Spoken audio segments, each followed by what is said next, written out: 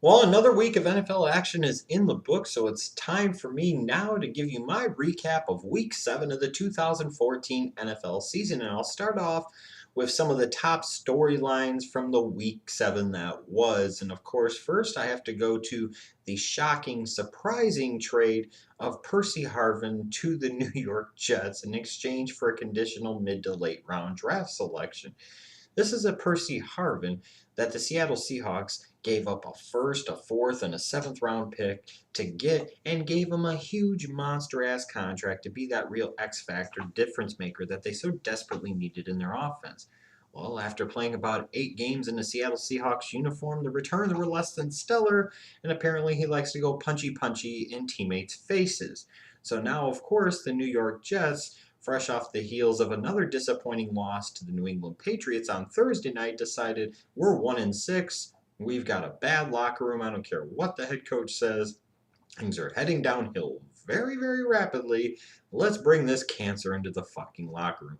Rare is the time in today's sporting world where you get completely off guard, caught off guard by a trade. It really is rare. Usually there's rumors, there's reports, there's this and that. There really was nothing when it came to Percy Harvin, and then just all of a sudden he's gone. And what's even more striking to me is the fact that the Seahawks, it sounds like, were prepared to cut him if they didn't find a trade partner with him asking out of games and what have you. It had gotten that bad. Very surprising and a very big story, I think, indeed. As well as, of course, Peyton Manning's pursuit of Brett Favre's all time career touchdown pass record.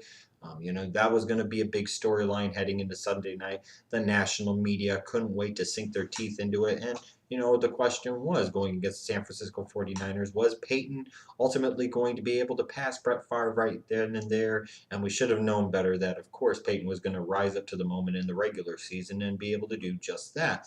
Now, looking at some of the winners and losers from week number 7, I'll start off with winners. And the Jacksonville Jaguars are winners.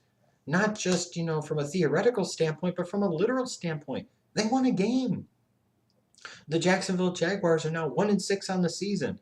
It's funny, I quipped in my Week 7 picks video that, I picked the Browns to beat the Jags, but I believe I also said almost exactly this, is that this is the type of game, now that the Browns think that they're kind of good, where they'll go and they'll screw the pooch and they'll lose to the Jacksonville Jaguars. And god dang it, wouldn't you know, the Browns didn't show up. The Jaguars won in spite of their quarterback, Blake Bortles, in a lot of ways. They found a way to win. They got off the schneid. Well, there you go.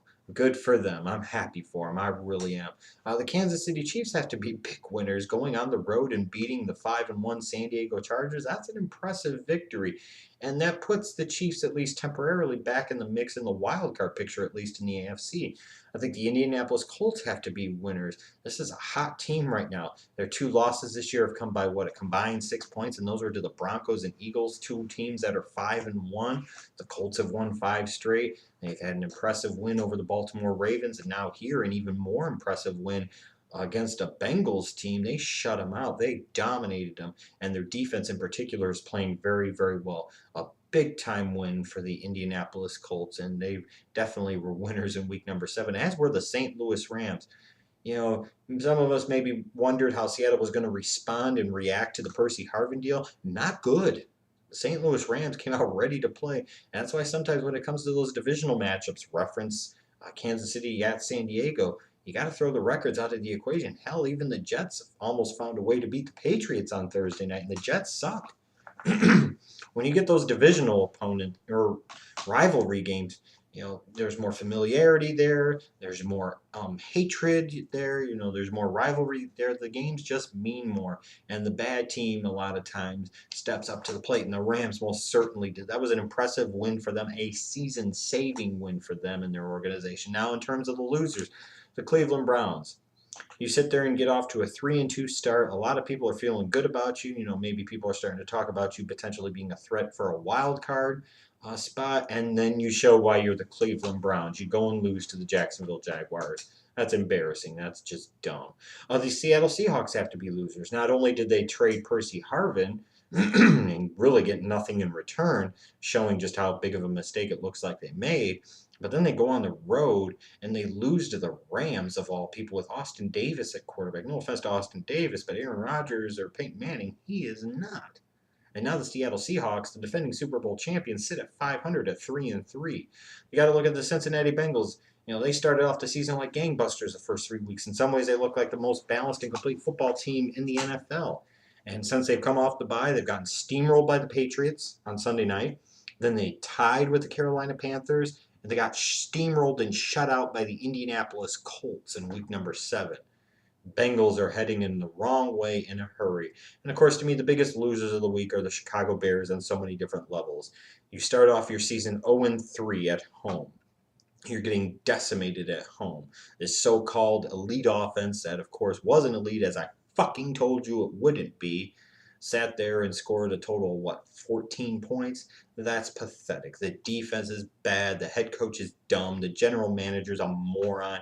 You got players fighting with each other. You got players calling out the fans. Just a bunch of losers right now in that Chicago Bears locker room, signaling some ugly times could potentially be ahead. Now, in terms of some of the big stars in week number 7, you got to go with Peyton Manning. I mean, he was a star. He played incredibly well. That was a very impressive performance against a good yet beaten up San Francisco 49ers defense.